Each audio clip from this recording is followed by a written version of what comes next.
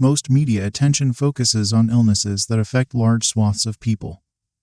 The epidemics and pandemics. But, as strange as it sounds, there are certain ailments and mental disorders that only affect members of a particular tribe or region, even in Western medicine. Many of these illnesses and disorders lack any tangible cause, explanation, or treatment. Most of the affected tribesmen attribute these ailments to a spirit, curse, or witch. Hey everyone, my name is Ethan, and in this video we will see 5 culture-specific illnesses and mental disorders. Number 5. Emaphufaniana. Emaphufaniana is a disease unique to the Zulus and the ex-Xhosas of South Africa. It often involves a person's stomach speaking a language that the person doesn't understand. Among the ex-Xhosas, for instance, there are claims that the stomach speaks Zulu. The stomach also delivers threats and dishes out orders to the victim.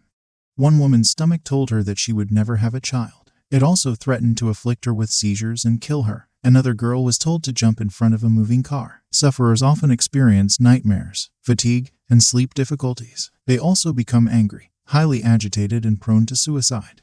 Sometimes, they even start talking in another voice. Native healers believe that the disease is the result of a curse. The person responsible for the curse supposedly takes ants from a dead person's grave, makes it into poison, and feeds it to the would-be victim. Once eaten, the victim begins to hear his stomach talking. Between 1981 and 1983, Emaphufaniana affected over 400 schoolchildren in South Africa.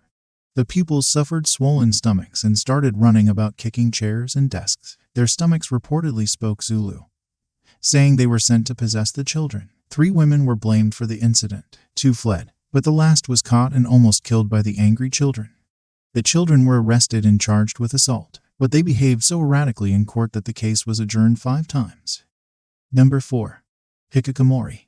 Hikikomori is a mental disease peculiar to Japanese youths. It means withdrawal or pulling in, and kicks in when the youth withdraws from everyone and locks himself up in his home for months, doing almost nothing other than thinking. Some young people even exhibit traits of obsessive-compulsive disorder and repeatedly clean their rooms or cut themselves. Most victims are at least 25 years old, and 80% are male. Sociologists believe that hikikomori is caused by Western influence on the Japanese labor market. Ideally, Japanese students get jobs immediately after graduating from college and remain there for the rest of their lives.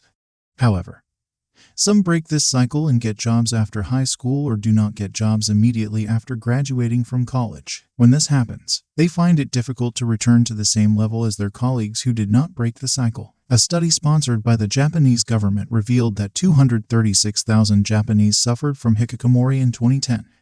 The government does not really understand the disease. It funded research that only caused more confusion because it couldn't even give a proper definition of the disease. The lack of classification means that victims do not get effective treatment. Number 3.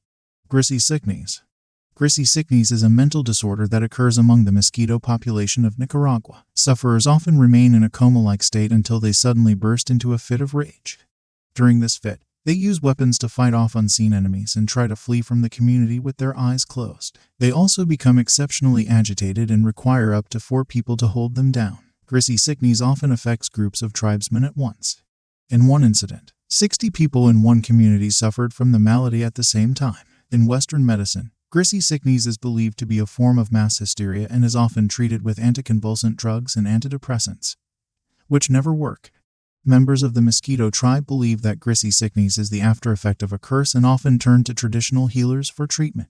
Investigations conducted after an outbreak in the 1950s concluded that it is just hallucinations. Apparently, someone deliberately added hallucinogenic drugs into the tribe's water supply. Number 2. Shenkui. Shenkui is an illness peculiar to the Chinese. It is described as the loss or the fear of the loss of male energy, which the Chinese call yang. Sufferers believe that they're becoming deficient in yang and masculinity by losing their semen. Supposedly, this happens by masturbating, having excessive sex, experiencing wet dreams, or passing white urine. Sometimes, the kidney takes the blame. In Chinese traditional medicine, the kidney is believed to be responsible for turning blood into semen. As a result, a shortage of semen is sometimes attributed to a weak kidney. To avoid losing their yang, Chinese men develop Pa Lang and Pa Feng, the phobias for cold and wind, respectively. To combat the problem, these men wear warm clothing and eat hot food. Number 1. Wild pig syndrome.